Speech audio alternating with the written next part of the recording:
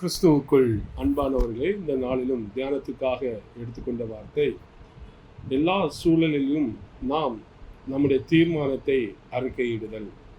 ஆம், இயேசுவை ஏற்றுக்கொண்ட பிறகு நம்முடைய வாழ்க்கையிலே சில நேரங்களிலே சில குறைவுகள், சில சிறுமையான நேரங்கள் வரலாம். ஆனாலும் நம்முடைய தீர்மானம் இன்னைக்கு எப்படி இருக்கிறது, நம்முடைய உள்ளம் இன்னைக்கு எப்படி நாம் அதை எடுத்துக்கொள்கிறோம், எப்படி யோசிக்கிறோம், எந்த அளவுக்கு விசுவாசத்தில் வைராக்கியமாக இருக்கிறோம், இது இன்றைக்கு ரொம்ப முக்கியமான ஒரு காரியமாக நம்முடைய ஒவ்வொருடைய வாழ்விலும் இருக்கிறது. ஆம், ரூத் 1ஆம் அதிகாரம் 16வது வசனத்திலே பார்க்கும் பொழுது, நீர் போகும் இடத்திற்கு நானும் வருவேன், நீர் தங்கும் இடத்திலே நானும் தங்குவேன், உம்முடைய ஜனம் என்னுடைய ஜனம், உம்முடைய தேவன் என்னுடைய தேவன் என்று ரூத் அங்கே நகோமியை பார்த்து சொல்கிறதை நாம் பார்க்க முடிகிறது. ரூத் நகோமியின் வார்த்தைக்கு அப்பால் இஸ்ரவேலின் தேவன் மீது மிகுந்த நம்பிக்கை வைத்தாள். நகோமியின் குடும்பத்தார் வாயிலாக தனக்கு கிடைக்கப்பட்ட அந்த கொஞ்ச வெளிச்சத்தில் இறைவனை, ஆண்டவரை, கர்த்தரை விடாப்பிடியாக அவள் பற்றி கொண்டாள் என்பது இந்த வசனத்திலிருந்து நமக்கு நன்றாக தெரிகிறது. தான் ஒரு மோவாபிய பெண்ணாக இருந்தாலும் அவர் ஆண்டவரை அந்த நேரத்திலும் அவர்கள் ஏற்றுக்கொண்டதை நாம் பார்க்க முடிகிறது.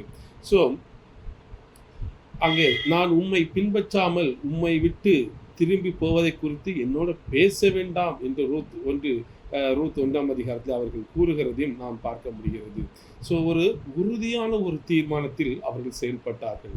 இன்றைக்கு நாமும் கூட இயேசுவை அறிந்த நாம் எப்பொழுதும் ஒரு உறுதியான ஒரு தீர்மானத்திலே நீங்களும் நானும் இருக்க வேண்டும். இயேசு கிறிஸ்துவை சிலுவையில் அறையப்பட்ட அவரே என்று வேறு ஒன்றையும் உங்களுக்குள்ளே அறியாதிருக்க தீர்மானித்தேன் என்று 1 கொரிந்தியர் 2:2 பவுல் ஒரு தீர்மானத்தை அங்கே சொல்லுகிறதையும் நாம் பார்க்க முடிகிறது. ஸோ இது ஒரு ரூத்தின் தீர்மானத்தை போல நமக்கு இங்கே சொல்லப்படுகிறதையும் நாம் பார்க்க முடிகிறது. ஒரு தாகமும் வாஞ்சையும் உள்ள ஒரு ஆத்துமா கிறிஸ்துவை பின்பற்றி செல்வதற்கான ஒரு மாதிரியை இங்கே ரூத் விளக்கி காட்டுகிறதை பார்க்கிறோம். அவளுடைய விசுவாசமும் வீரமும் நிறைந்த அந்த வாழ்க்கை நம்முடைய உள்ளத்தை நிச்சயமாக அது அசைக்க வேண்டும், அசைக்கிறது, அதுதான் உண்மை. ஸோ மிகவும் ஒரு எளிய நிலையில் இருந்த அந்த ஒரு இளம் விதவை ஐயத்திற்கு ஒரு இடமில்லாத ஒரு வகையில் தன்னை இஸ்ரவேலின் தேவனுக்கு ஒப்பு கொடுத்தாள். நகோமியின் கணவர் அவர் அந்த எலிமெலேக்கு முற்றிலும் மாறுபட்ட ஒரு தீர்மானத்தையும் ஒப்புவித்ததையும் இவரிடத்தில் நாம் காண்கிறதை பார்க்கிறோம். அவள் பின்பற்றி செல்வதற்கு ஒரு புதிய நபரை கண்டாள். இந்த சமயத்தில் நகோமி பின்பற்றி செல்வதற்கு ஒரு சிறந்த தாயாகவும் அங்கே அவர்கள் விளங்கினதையும் நாம் நிச்சயமாக சொல்ல வேண்டும். நீர் தங்கும் இடத்தில் நானும் தங்குவேன் என்று சொன்னதன் வாயிலாக தான் வாழ்வதற்கு ஒரு புதிய இடத்தை அந்த ரூத் கண்டுபிடித்ததை நாம் பார்க்க முடிகிறது. தான் இதுவரை வாழ்ந்த ஊர், அந்த மக்கள், குடும்பம், உடன்பிறப்பு, பாசம், பாதுகாப்பு ஆகிய எல்லாவற்றையும் உதறி தள்ளினார்கள்.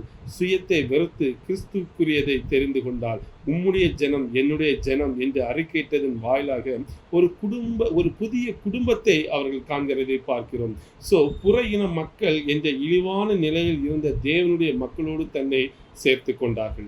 வாக்குத்தத்த சந்ததியாக ஆபிரகாமின் மக்களோடு தன்னையும் விசுவாசத்தால் அவர்கள் இணைத்து கொண்டார்கள். ஸோ உம்முடைய தேவன் என்னுடைய தேவன் என்று அவர்கள் அறிக்கையிட்டதன் வாயிலாக தன்னுடைய எல்லா அந்த தெய்வங்களை உதறித்தள்ளி ஒரே கடவுளாம் யெகோவாவை மனம் வந்து அவர்கள் ஏற்றுக்கொண்டார்கள். நீர் மரணமடையும் இடத்தில் நானும் மரணமடைவேன் என்று சொன்னதன் வாயிலாக மரணமடையும் வரை இதில் நான் பின்வாங்குவது இல்லை என்றும், மரணமே ஆயினும் என்னை கர்த்தரை விட்டு பிரிப்பதில்லை என்பதையும் அவர்கள் இந்த வார்த்தையின் மூலம் தெளிவுபடுத்துகிறதை பார்க்கிறோம். நீர் அடக்கம் பண்ணப்படும் இடத்தில் நானும் அடக்கம் பண்ணப்படுவேன் என்று கூறியதன் வாயிலாக உயிர்த்தெழுதலில் நம்பிக்கையுள்ள இஸ்ரவேல் மக்களோடு தானும் ஒரு நாளில் உயிர்த்தெழுவேன் என்று அறிக்கையிட்டு நித்திய கர்த்தரோடு தன்னை ஒருத்தியாக அவர்கள் அங்கே காட்டிக்கொள்வதையும் நாம் பார்க்க முடிகிறது. ஸோ இன்றைக்கு நாம் கிறிஸ்துவை விசுவாசிப்பதின் மூலமாக ஒரு புதிய சிருஷ்டியாக்கப்பட்டிருக்கிற நாமும் இதே போன்ற பக்தியையும் விசுவாசத்தையும் கொண்டிருக்கிறோமா? இனி நான் அல்ல, கிறிஸ்துவே எனக்குள் பிழைத்திருக்கிறார் என்ற ஒரு புதிய நம்பிக்கையை நாம் வெளிப்படுத்துகிறோமா? அவள் நகோமியின் இனத்தை நேசித்ததை போல நாமும் தேவ குடும்பத்தின் பிள்ளைகளை நேசிக்கிறோமா?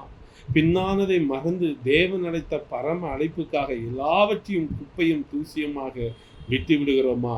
நிச்சயமாக இதை சிந்தித்து பார்க்க வேண்டும். ஸோ அன்றைக்கு ரூத் அந்த இளம் விதவை தன்னுடைய கஷ்டமான சூழலிலும் அவர்கள் எடுத்த ஒரு தீர்மானம் பிற்காலத்திலே இன்றைக்கும் நாம் அவர்களை குறித்து பேசுகிறோம். தாவீதின் சந்ததி கூட அவர்கள் மூலம் வருகிறதை நாம் பார்க்க முடிகிறது.